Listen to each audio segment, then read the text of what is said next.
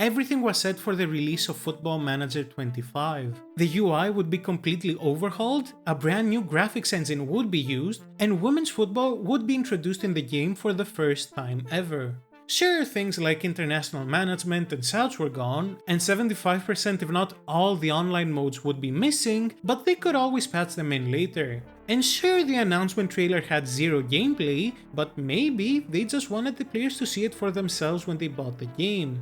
Then the game was delayed, and then delayed again, and eventually cancelled. The announcement of missing features, the lack of communication, and the eventual cancellation of the game led to this perfect firestorm in a studio that never really had any issues. And despite a game finally getting released, things haven't exactly been perfect. So sit back, relax, and let me tell you the story of the worst year in Football Manager history. Our story begins in 2008 when Football Manager 2009 moved away from the 2D dots and introduced a brand new 3D graphics engine. Now, even by 2008 standards, those graphics were eons away from what other sporting giants like FIFA and 2K were doing. But still, it was a massive step up from watching tiny dots on your screen. Sports Interactive would use this graphics engine for the next 15 installments in the series, and while they would upgrade it year after year, the graphical gap between Football Manager and other modern games grew exponentially as each year passed. This is Football Manager 09 versus FIFA 09, and this is Football Manager 24 versus EA Sports 24. And I know what some of you are already saying. Football Manager was never about the graphics. It's about its incredible depth in tactics and club management. And yeah, I'd agree with that. I have thousands of hours on this franchise and over 800 hours on Football Manager 24 alone, which is good for an amateur.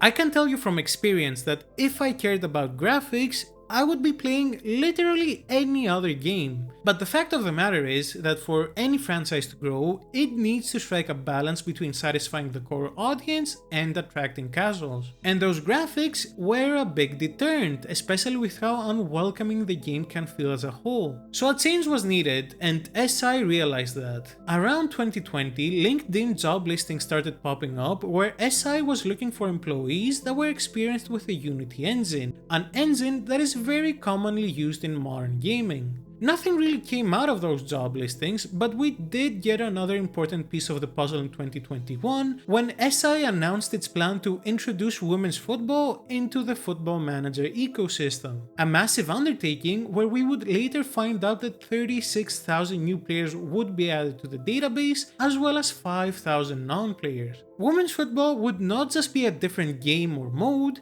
but fully integrated into the career experience, where you would be free to choose between coaching in either men's or women's leagues. For a couple of years after that, we didn't really get any updates. A new Football Manager would drop, it would be marginally better than the last one, and the cycle would repeat in the following year. But everything would change in early 2023 when Sports Interactive would release a statement titled The Future of Football Manager. In that statement, Sports Interactive said that Football Manager 2025 would be the first in the franchise to use the Unity engine, as well as the first to incorporate women's football. All this meant that Football Manager 2024 would be the last of its kind. And that it was. Football Manager's 2024 release went as smoothly as possible. The game didn't reinvent the wheel or anything, but it was the best possible version of the now old school Football Manager. It became the most played game in franchise history, and naturally all eyes were now on its sequel. Now, I really want to emphasize how big of an undertaking Football Manager 2025 was for the studio. This is a franchise that got by releasing the same product year after year with small iterative changes each time around. The new engine and women's football would be massive challenges on their own, but to do them both at the same time seemed like a borderline impossible task. It's the reason why they presumably started working on FM25 5 years before its planned launch. And everything seemed to be going well. SI announced a licensing partnership with the Premier League, as well as that the UI in FM25 would be completely reworked, adding even more workload for a game already needing tons of work. Still, SI was confident in its abilities to release FM25 like any other normal FM game, but we soon started getting some worrying announcements. In the Q2 2024 development update for the game, SI stated that everything was going swimmingly, then proceeded to announce that Souths and 4 game modes would be cut. And I love how they talk about these cuts. Only 5% of our audience used Create a Club, so we cut it. Only 0.5% used Versus mode, so that's gone too. Imagine if that applied to teams too. So yeah, only 0.25% of you used Swindon Town, so good luck trying to play with them in the next one. Finally, we also got the announcement that we would be getting a release date in early September of 2024 alongside the reveal of the game. Fast forward to that September, and another development update confirmed that the game's reveal would be delayed until the end of September. The cracks were already starting to form, and SI wasn't done there, as they also confirmed that international management would not be available for Football Manager 2025. The mode was indeed more boring and obtuse than managing a club, but it's really weird that they decided to cut it. It's an integral part of football, and it not being there for the next generation of Football Manager just felt wrong.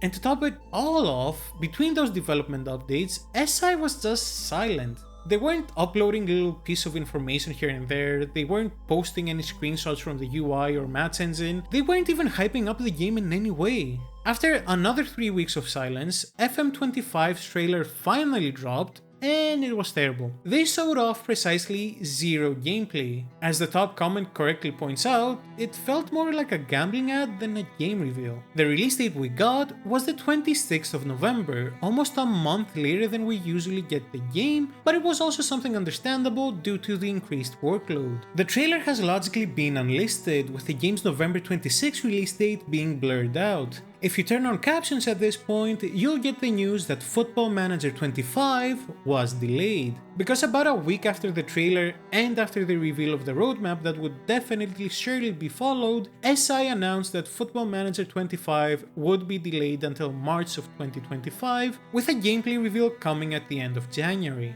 SI would go back to radio silence for the months leading up to FM25's planned release, even quietly missing their own January gameplay reveal deadline. At this point, the writing was on the wall, and on February 6, 2025, Sports Interactive finally announced that Football Manager 25 had been officially cancelled. In a tell-all interview given months later, SI's director Miles Jacobson said that releasing the game would damage them forever. And yeah, history has shown that unless you have millions of dollars and multiple years to spend fixing a game, it's better to release no game over a broken game. Just look at the stigma WWE 2K20 left on the franchise, or how Redfall completely flopped even though it was free to download for tens of millions of people. Cancelling the game was definitely the right call. Even more interesting was his description of what happened behind the scenes during the timeline we discussed earlier. He said that on the day the trailer was published, 2 problems cropped up that made releasing the game in November very difficult.